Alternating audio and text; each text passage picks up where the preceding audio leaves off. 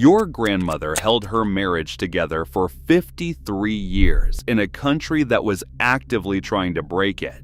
She did it without a single book, without a single therapist, and without one single word of advice from a magazine, because no magazine in America was being written for her. She had a man who came home tired from a world that had spent the day reminding him he was nothing.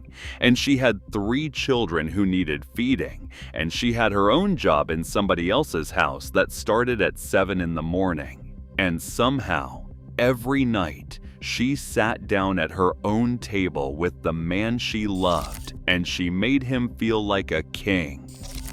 Before we dive in, hit subscribe and drop a comment letting me know where you are watching from. There were rules in that house that nobody ever spoke out loud. Nobody had to. You learned them by watching. The way you learned everything important.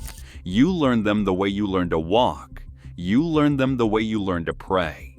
And the first and the deepest of them, the one that everything else hung from, was this. What happened on the other side of the front door belonged to the world. What happened on this side belonged to them. Outside that door, he was whatever the world made him be, which on a hard day was nothing at all. Inside this door, he was her husband. Inside this door, he was her children's father. Inside this door, he was a man. And nothing the world said about him outside could follow him in. Your grandmother understood in a way that most women in this country in 1955 did not have to understand, that her husband walked through a daily war. He went to work at a construction site or a warehouse or a Pullman Porter route or a gas station, and every single day he was called by his first name by white men a third his age. Every single day, he was told to step aside, to wait, to come around to the back, to keep his eyes down, to say yes, sir, to a boy who could be his son. Every single day, he had to absorb things that would have broken any other man, and he absorbed them, and he came home, and he had to walk through your grandmother's front door and become whole again. And she knew, without anyone ever telling her, that the rebuilding of that man every single night was her work, not her duty. Her work. Her sacred, exhausting, world-saving work. And she did it. She did it before she had taken off her own coat. She did it before she had washed her hands. The moment he came through the door, she became the country he could not have anywhere else. Her face lit up when he walked in, even on the nights when her own feet were so tired she could have wept. She said his name out loud, soft, the way nobody had said his name at work all day. She kissed him on the cheek before she asked about anything. She put his plate on the table first, and his plate was the biggest plate, and when he sat down at the head of that table, he was the head of something. He was a man at the head of his own house. He had built that house. He had earned that table. And she made sure he knew every single night that this was true. And she did all of this after she had spent her own day in somebody else's house. Because she also worked. 90% of black women in America in 1955 worked outside the home, mostly as domestics, and your grandmother was one of them. She caught the 7:15 bus, and she crossed town and she scrubbed somebody else's floors and washed somebody else's children's diapers and cooked somebody else's dinner. And the woman who employed her called her by her first name like she was a child and paid her $20 for 55 hours of work and let her go at 6. Your grandmother caught the bus back. She bought groceries with the $4 she had set aside that morning. She walked home in the dark, and then her real day began. She walked through her own front door at 7 in the evening, and she did not sit down. She did not put her feet up. She did not pour herself a drink and ask for 10 minutes alone. She put a pot of beans on the stove that she had set to soak before she left this morning. She started a pan of cornbread in the cast iron. She sat down at the kitchen table with whichever child still had homework left, and she went over the long division while she stirred the gravy with the other hand. She listened to her oldest tell her about something that had happened at school. She bandaged a knee. She turned the cornbread. And when she heard her husband's feet on the porch, she smoothed her apron and she opened that door with a smile. And the smile was real, because she had decided 30 years ago that the smile would be real, no matter what kind of day she had had. Because a black man in 1955 deserved to come home to a wife whose smile was real. Because nobody else in America was going to give him that. There was money in that house, not a lot of it, but the money that came in 2 streams, and she managed both. He brought home his pay envelope on Friday, and he put it on the kitchen table, and she opened it. She did not ask. She did not need permission.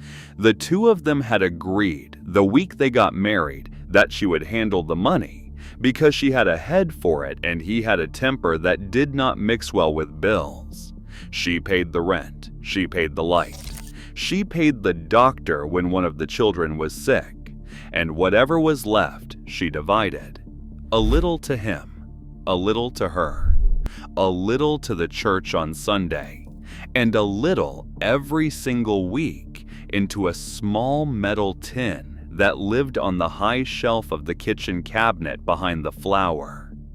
That tin was the future. Inside that tin was her share of the CU Sue.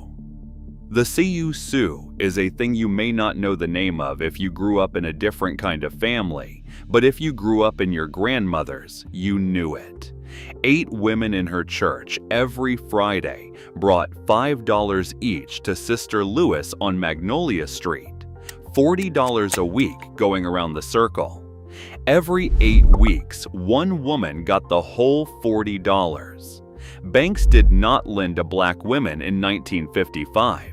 Banks barely lent to black anyone, so black women had built their own bank generations ago. And the bank had no roof and no vault and no signage on the front of a building, because the bank was 8 women in a kitchen on a Friday with a tin of pennies and a list written on the back of a church bulletin. The deposit on your grandmother's first house came out of a Sue. The down payment on her first car came out of a Sue. The college tuition for her oldest daughter, who would become the first woman in your family to wear a cap and gown, came out of a Sue. Black women financed black futures in this country for 200 years, and the world barely noticed and barely thanked them. Your grandmother knew. She put her $5 in every Friday, and she walked home, and she did not say a word about what she was building. There were nights when the pay envelope was thin. There were nights when there was no pay envelope. He had been laid off, or his shift had been cut, or he had been told not to come back tomorrow because there was a white man waiting to take his job. And on those nights, she did something that very few women in the country were doing in 1955, and that almost no woman wrote about. She covered him. She paid the rent that month out of her own $20, and she did not mention it. She kept the meals on the table and the children in clean clothes, and she did not mention it. She did not call her sister. She did not call her mother. She did not whisper to the woman at the next pew on Sunday morning. Because if you tell one black woman that your husband is not working that week, you have told the whole congregation by Wednesday, and by Friday, it has made it to the white side of town, and by Monday, he cannot get hired anywhere because the rumor is out, and you have just made his bad week into a bad year. So she did not tell. She just covered. For a week, for a month, for 6 months once when his foot got crushed under a stack of pallets and he could not walk. She covered, and he came back to himself, and he came back to work, and he never knew, not really, how thin those months had been, because she did not let him know, because the knowing would have shamed him, and shame would have broken him, and the world was already trying to break him, and she would not have a hand in it. There were rules about the children too. The first rule about the children was that they never saw their parents fight. Never. Whatever disagreement had to be had was had after the lights were out and the bedroom door was closed and the voices were low. The children went to bed believing their mother and father agreed on everything because they needed to believe that. There is a thing the world does to black children that begins on the first day of school and does not stop, and the world cannot also do it to them at home. The home was the one safe place. The home was the cathedral. You did not fight in a cathedral.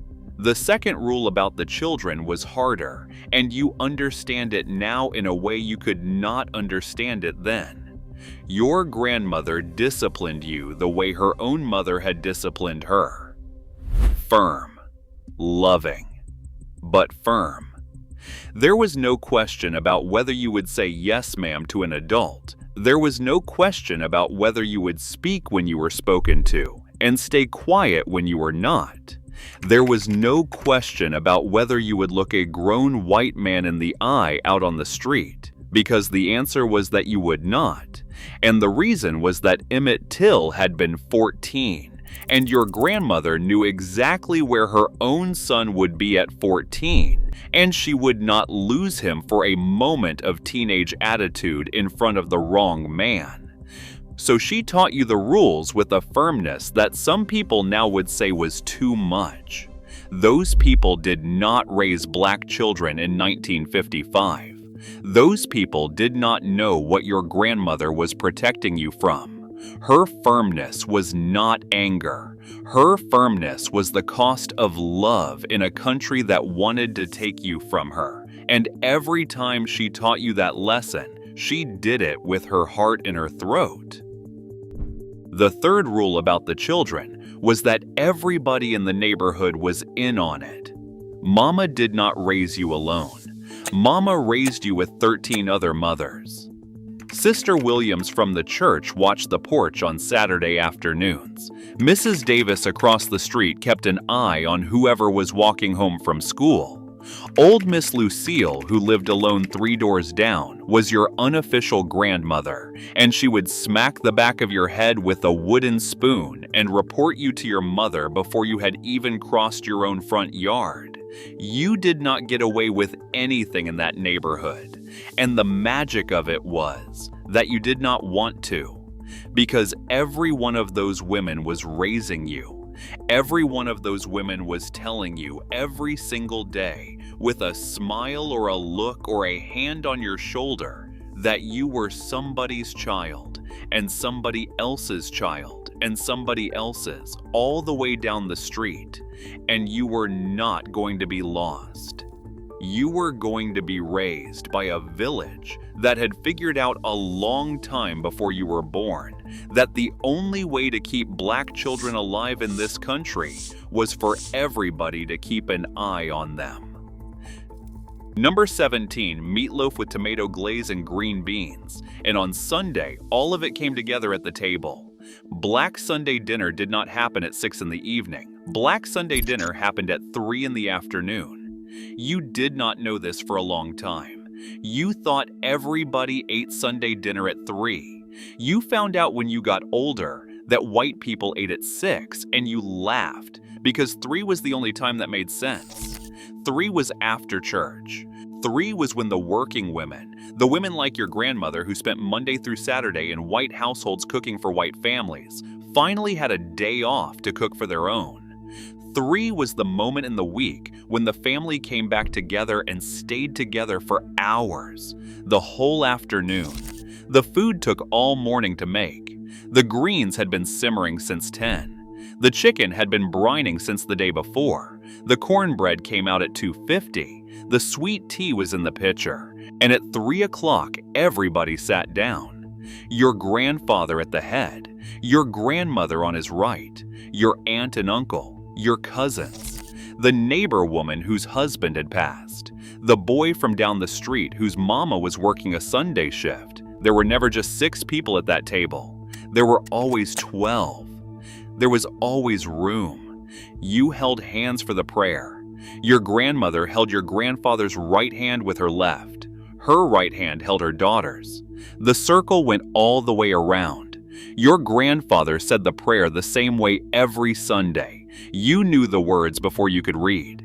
And when he said amen, the table did not move for one beat, one single breath, because for that breath, in that house on that afternoon, the family was whole. The world outside was a world.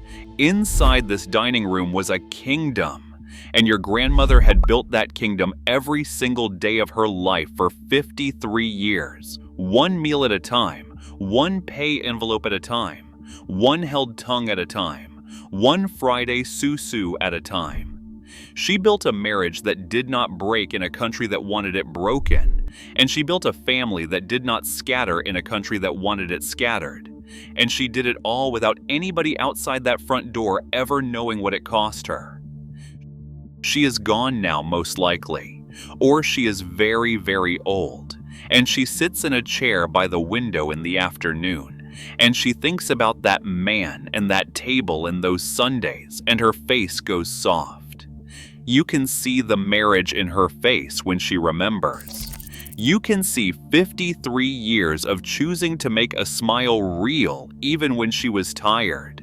You can see the secret strength of a woman who carried a household and a husband and a susu and a village and an entire generation of black children on her shoulders and never once asked the world to thank her for it. The world did not thank her. The world never will. But you can thank her. You can pick up the phone if she is still here and you can say it. You can tell her that you saw. You can tell her that you understood at last what she was doing in that kitchen all those years. And if she is gone, you can do the next thing, which is the only thing she would have asked of you. You can hold your own marriage the way she held hers. You can close your own front door behind your own husband, and you can become the country he cannot find anywhere else. You can teach your daughter how a black wife loves a black husband in a world that does not love either of them. You can sit down at 3 o'clock on a Sunday afternoon at a table that is full of more people than just your family, and you can hold the hand of the man on your right, and you can pray the same prayer your grandfather prayed, and you can keep the kingdom alive. Because the kingdom is still here. The walls are still up. The door still closes behind you. The table is still big enough. The greens still take all morning. The susu is still your bank. The village is still raising your children. The marriage is still yours to build every night, one welcome home at a time. Did your grandmother handle the money? Did your grandfather sit at the head of the table? What time was Sunday dinner in your house? Tell me what was on the table. Tell me her name. I read every single comment.